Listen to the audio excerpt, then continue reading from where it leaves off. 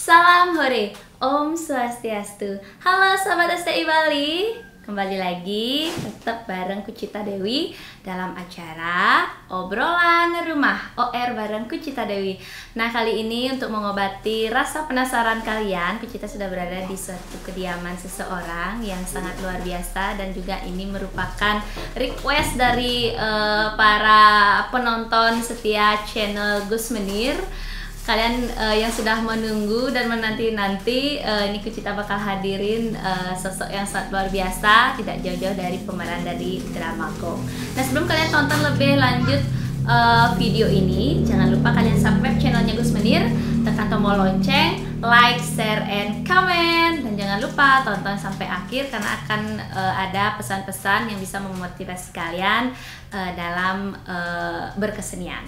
So, buat kalian yang udah penasaran siapakah beliau yang Kucita bakal ajak ngobrol, Niloh Sukerti. Adem, Swastiastu Ibu.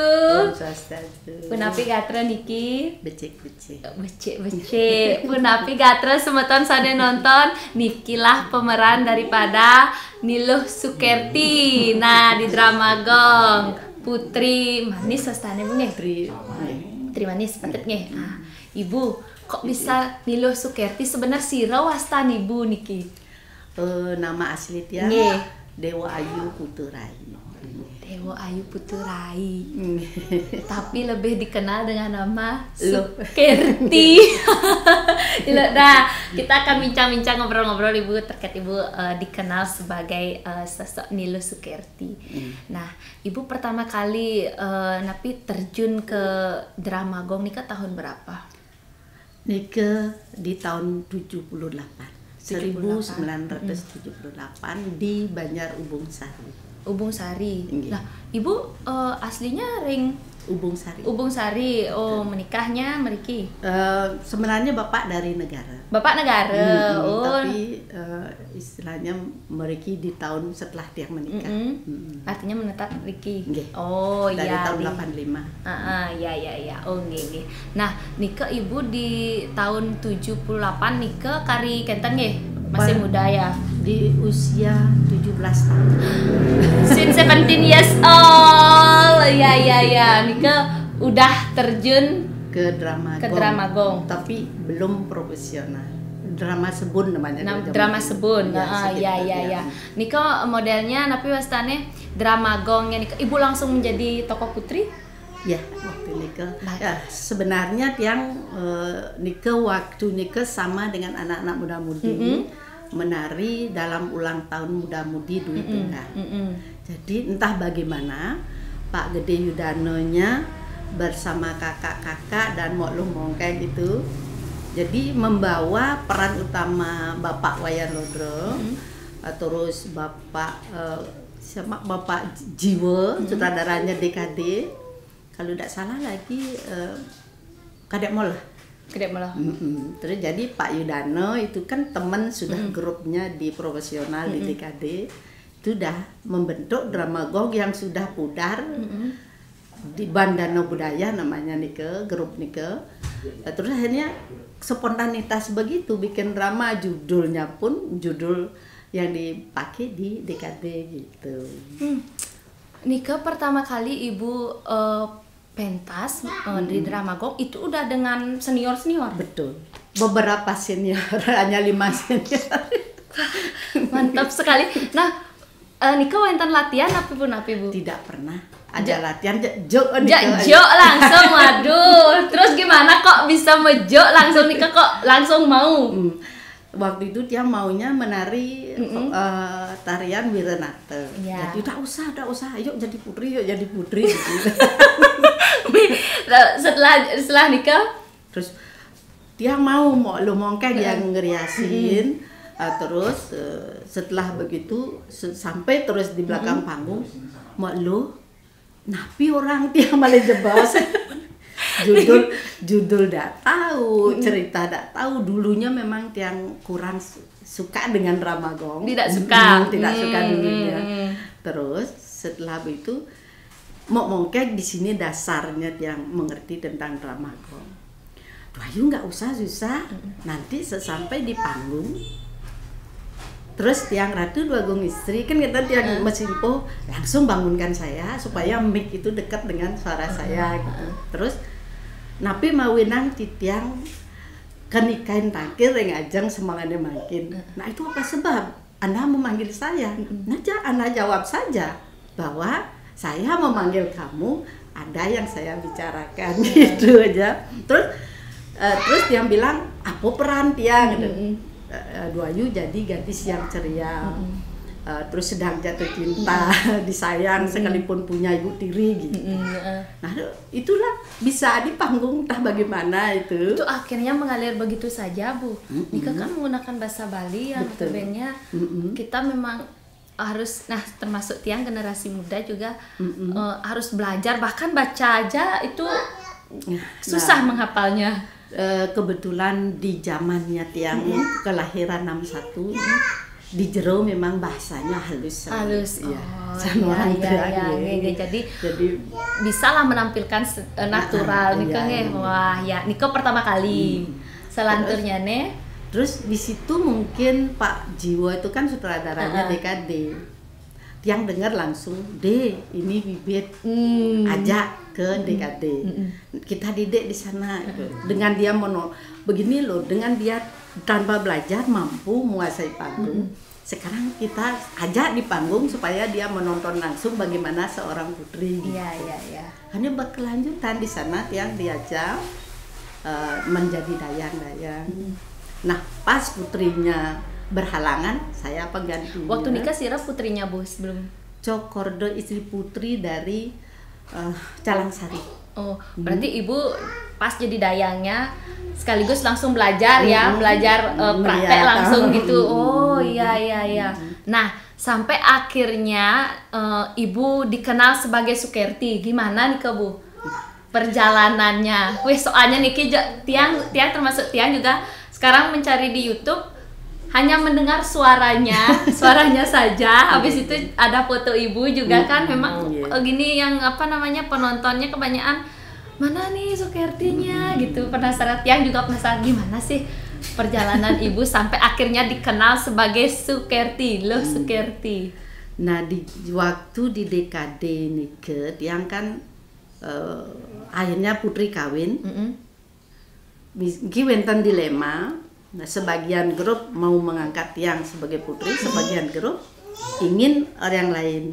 Nah, jadi di sana ada perdebatan. Akhirnya pada suatu saat kebetulan DKD ini terima jadwal 2.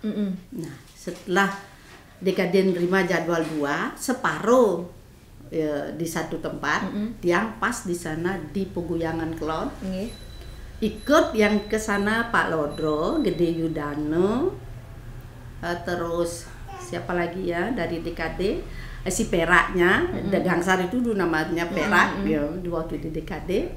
Terus meminjam parekan dari Panji Budaya ya, dari Panji Budaya adalah Ido Bagus Apel, Pemang Apelnya. Ada juga si Dadap Kiul, itu pinjam di Panji Budaya. Jadi 2 kelompok jadinya menari berbarengan atas nama Dewan Kesenian Denpasar. Terus jadinya pinjam juga Triloko Pak Pujanya, pinjam juga, pokoknya pinjam itu karena grup banyak. Terus jadinya setelah di Peguyangan Kelon itu kita tampil dengan judul Galuh Ngangon Memberi. Itu perannya sangat berat juga karena saya orang baru kan. Jadi di sana mungkin teman-teman langsung di sana, yuk bentuk drama yuk. Kita kok kompak gitu. Yang lain juga nanya, uling dijadi putri, uling dijadi. Nah baru tuh, jadi mungkin gimana ya. Ayo bentuk namanya langsung Bintang Bali Timur. Oh gitu. Ya, langsung jadi orang-orang profesional lah, mereka sudah senior. Pak Pujo itu, Pak Agung Rai Kalam, Pak Suke, Dadap Kiul, Ida Bagus Pujano, sama Gangsar.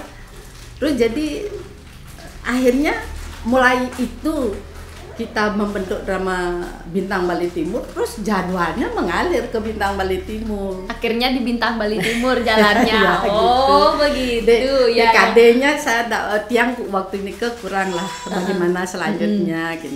Kita sudah kok seperti Tuhan menghendaki bahwa jangan sampai itu saja mungkin begitu nih perputaran biar ada yang jalan. Iya.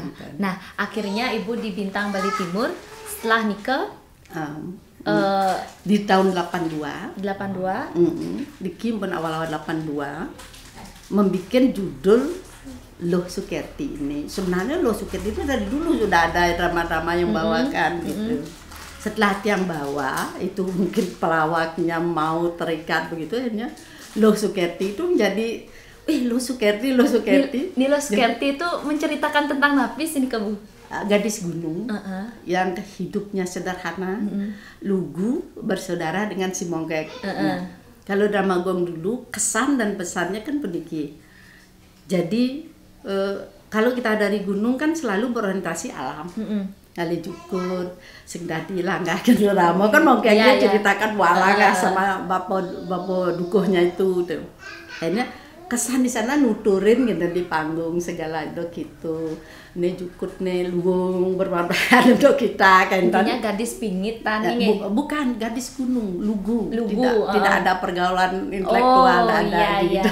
Nika pertama kali dipentaskan di Art Center. Nentar. Di salah satu lupa yang akhirnya itu Loh Sukerti itu semua di mana kita menari di sana Loh Sukerti setiap malam. Akhirnya di Art Center terus Loh Sukerti juga.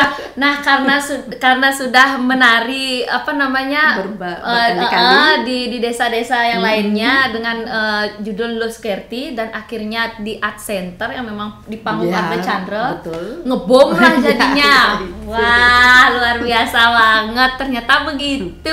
Tiang juga baru tahu dikit. Nah, gimana sih Bu perasaan Ibu ketika orang-orang nikah kalau tampil di Art Center Arda Chandra itu kan suatu kebanggaan ketika Ibu bisa tampil di Art Center dengan penonton yang sangat luar biasa memerankan Sukerti. Bagaimana rasanya? Menyangka enggak? Dari Ibu awalnya tidak suka drama tapi akhirnya mencintai drama sampai dikenal sebagai Loh Sukerti.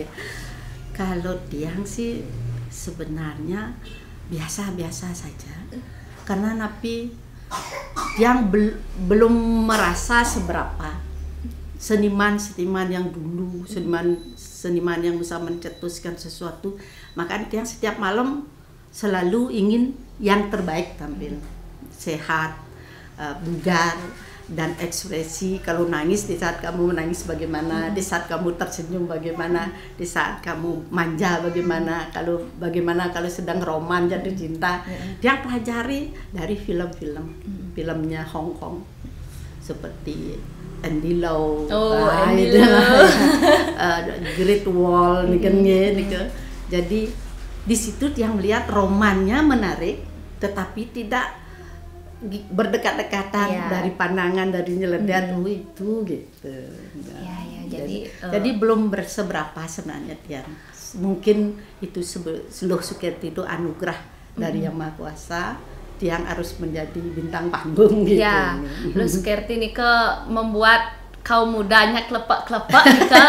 Sampai mungkin dari yang Ibu bilang seledetan matanya, mimiknya, Nah, makanya orang kadang-kadang kalau Tiang mentas dengan Lodo itu dikira dekat sekali. Seperti keadaan pasangan. Padahal kita kan hanya gimana ya menipu penonton sebenarnya. Chemistry-nya dapat. Jadi kayak nonton, kalau sekarang kan anak muda nonton film Korea. Ikatan Cinta kan kayak Nike Aldebaran. Iya. Padahal kesehariannya kita tidak tahu Pak Lodo itu sebenarnya udah kawin, udah punya anak, Tiang tidak begitu gitu. Nah, Ibu, kalau Tiang boleh tahu niki, kok Ibu bisa dikatakan berhenti di pentas? Iya. Di tahun 83 itu Tiang kebetulan. Nah, satu hal penyebab utamanya Tiang sebenarnya sudah sakit-sakitan. Oh, Ibu sempat sakit. Iya. Di tahun 82 Tiang sudah krisis gizi.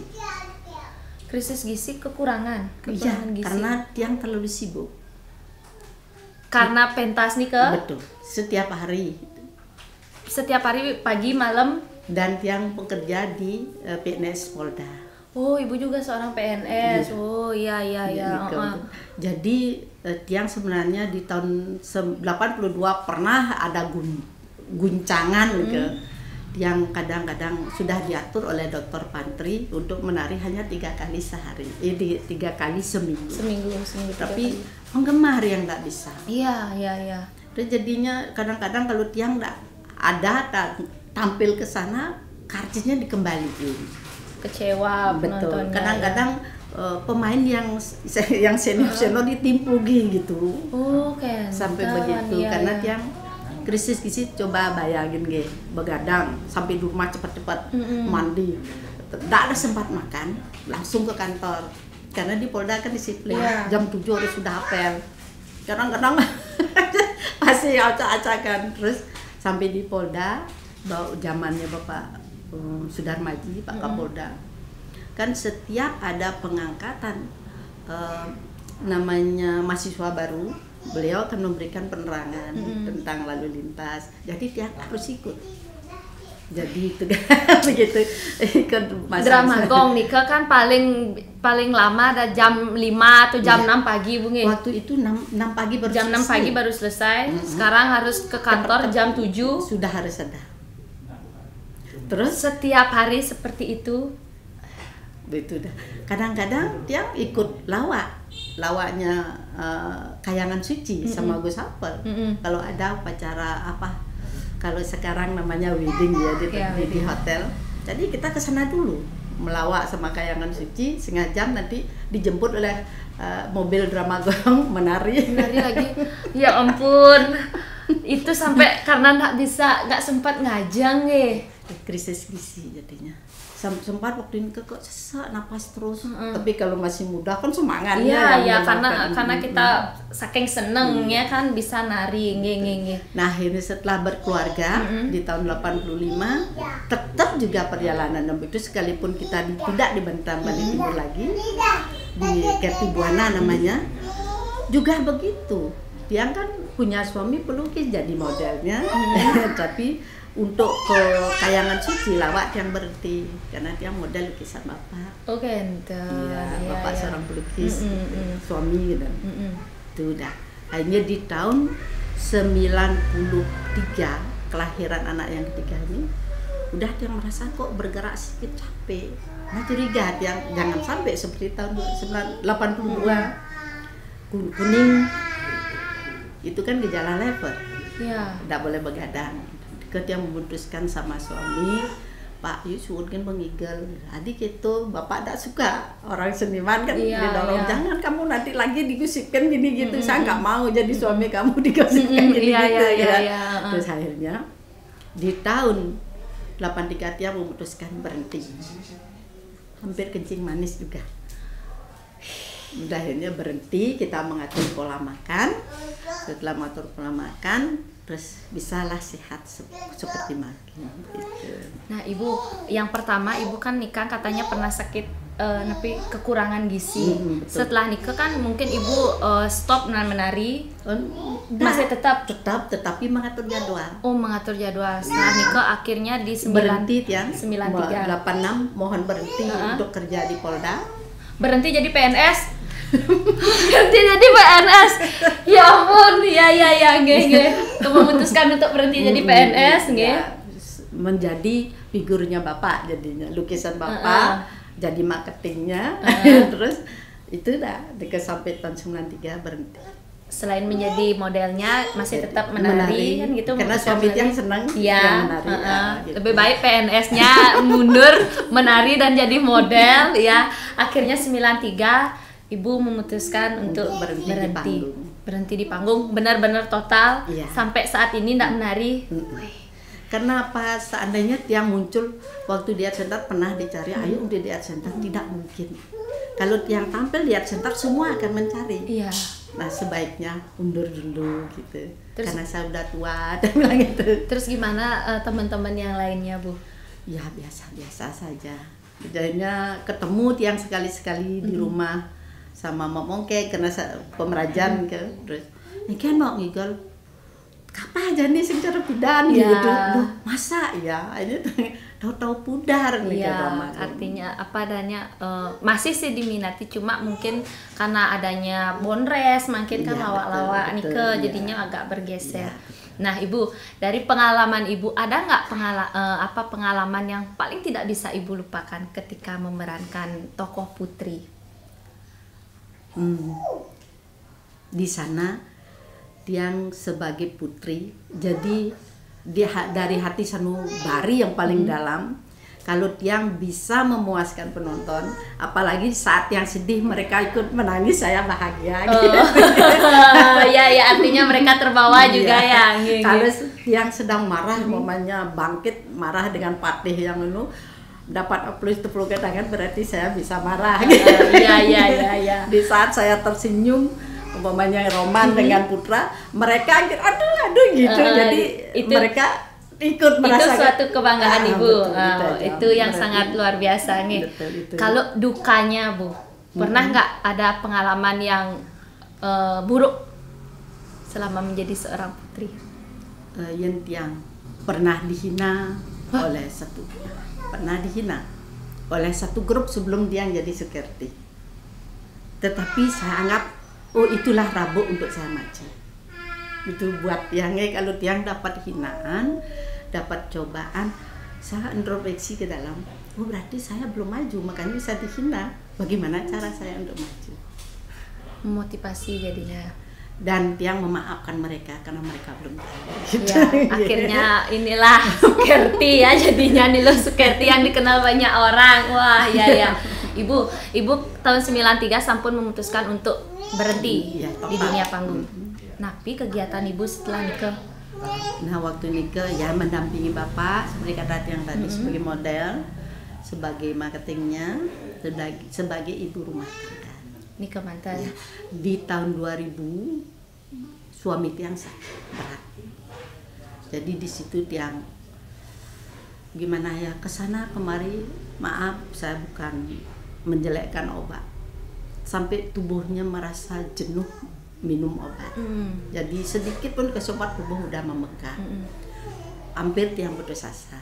Akhirnya suami dia bilang, jangan putus asa, mati hidup di tangan Tuhan. Kamu kan udah bilang di panggung, mati hidup rezeki jodoh itu dengan Tuhan. Iya. Akhirnya Tiang dikasih, coba kamu belajar pijit kaki saya. Tiap hari dia malin buku pijit ginjalnya biar bagus. Hanya berangsur-angsur dia sembuh. Ya, terapi. Iya. Menjadi seorang terapis Ibu ya. Bapak suami aja dulu, enggak orang lain. Nah, di tahun 2003, teman-teman yang kita sering ajak pijit ke sana kemari, berobat ke sana kemari. Jadi bertanya, kalau Bapak udah sembuh, Bapak kok sudah sembuh? Di mana berobatnya? Enggak bilang. Dia udah nih. Udah bilang, jangan awas bilang gitu dia. Jadi akhirnya keceplosan, Bapak Ibu mijit gitu. Hah, Bu? Ibu katanya kan udah Bapak aja. Jangan dong gitu. Akhirnya ikut mereka. Jadi mungkin dari mulut ke mulut. Jadi di sini Tiang terapinya nih kembali mengaktifkan saraf atau mengaktifkan komando kelenjar supaya berfungsi obat dalam tubuh itu bangkit. Gitu. Jadi kita belajar dari buku aja. Panduannya. Akhirnya datanglah orang banyak. Aduh, kalau begini malu saya, banyak orang datang. Bikinlah jadwal jam sekian ini datang, jam sekian sampai sekarang. Nika mungkin karena kelembutan dari Hilu Sukertinya jadinya penuh cinta kasih ya Bu ya. Jadi akhirnya Ibu bisa mendalami ya, bisa dikatakan ini kan pengobatan ya juga Mas Tane ya, pengobatan membangkitkan saraf-saraf. Tapi kembali dengan pola makan juga. Iya. Karena Tiang panduan pakai buku semua. Bagaimanapun saya dengan Bapak, Tiang kasih tahu orang lain. Ada ya cocok, silakan. Tidak ya, dan Tiang tidak memaksa. Nah, mereka pun datang ke sini membawa canang, itu katanya saya nasi kering desanya itu. Makanya Tiang bilang, kalau dibilang dukun berilmu, tidak. pokoknya dalam hidup ini mens sana in corpore sana, di dalam badan yang sehat lah ada jiwa yang sehat. Di dalam badan yang sehat ada jiwa yang sehat. Tuh, ya, ya. Dan satu hal lagi, setelah yang tua sekarang di usia 60 ini, jadi kembali ke Tuhan. Jadi prinsip hidup dia makin, kamu diberikan hidup sampai umur 60 tahun. Dalam sehari 24 jam kegiatan kamu ambil. Masa sih dalam tempo setengah jam kamu tidak bisa menyerahkan diri pada Yang Maha Kuasa. Wah ya benar Di hari tua kembali. Ya. Jadi yang menyempatkan diri untuk meditasi, berusaha mendekatkan diri kepadanya gitu. Sebenarnya kalau bisa itu dari muda seperti ini mungkin bagus ya, sebenarnya gitu ya. Aduh kalau ya benar-benar 24 jam kita diberikan waktu, apalagi seperti ibu yang waktu Niki full nari hampir bisa dikatakan begadang sampai lupa makan, dan bisa dikatakan sampai lupa mungkin kita dengan ide kan intinya. Makanya ditegur lah kita, jadi kamu terlalu lupa, terlalu ngongsu. Tuh sama Niki, mungkin tiang juga gitu, terlalu banyak bengongnya. Ya benar Bu, masa sih cuma beberapa jam ataupun setengah jam kita nggak bisa ingat. Kalau Tuhan lupa semenit pun kita pingsan kan? Iya. Nah, itu eling. Itu pesan yang pada pesan buat generasi muda, apalagi orang-orang yang sudah di atas 55 tahun. Karena kebanyakan orang yang benak segar tuh nak engsap memang, tapi kalau udah sakit ya buru-buru milah kenan ya kenten pada dasarnya. Ya mungkin Niki pesannya Ibu bisa mengingatkan juga para semeton sareng sami penonton yang mendengar. Nah, Ibu apa tidak punya tidak merasa kangen Bu? Ingin menari lagi? Kalau menari dan tetapi kok yang cenderung sekarang suka membaca tentang mencari leluhur, ketuhanan, dan introspeksi kembali. Apa kesalahan kita dulu? Kalau kita kadang mengalami begini, mohon ampunlah pada Yang Maha Kuasa, jangan sampai kita bawa pulang nanti. Gitu, ya. Intinya Ibu sudah menghabiskan masa mudanya hampir sekian tahun nih memberikan hiburan kepada masyarakat semuanya, dan hastung kara diterima. Makin di usia saat ini membuka alinea baru lagi kan ngeten nggih. Oh iya. Berikan anak-anak muda berkembang, berkreatif.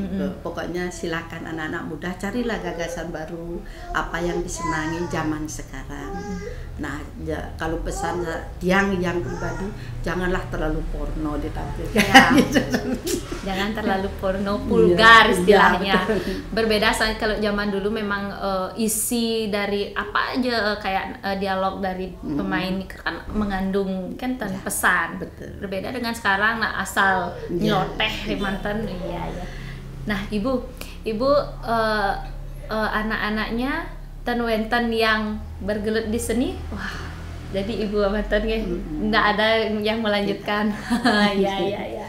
Seninya mungkin mereka berbeda, entahkah seninya. Nah, yang nomor 3 ini seninya panggung juga, tapi di pip bikin andus-andus di panggung. Oh ya, yang ngepip. Oh ya, anak muda kan makin seperti itu. Iya.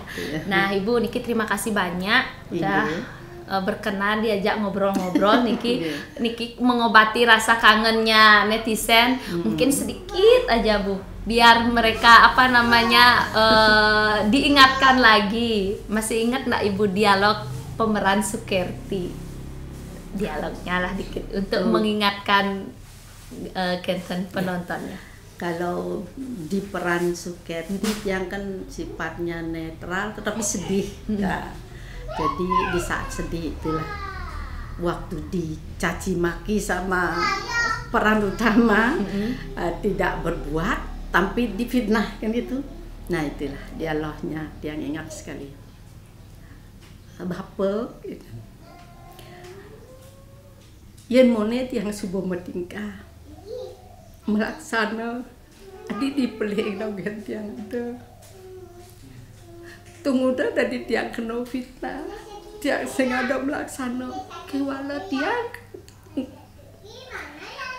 difitnah memitra dipinah begini bapak dijobleh tiage dijakuang kerten tiage bapak hanya segitu. Aduh guys, kok jadi saya mau menangis. Aduh, kok jadi pengen nangis. Padahal ya ampun ibu, Tiang sampai merinding pengen nangis juga.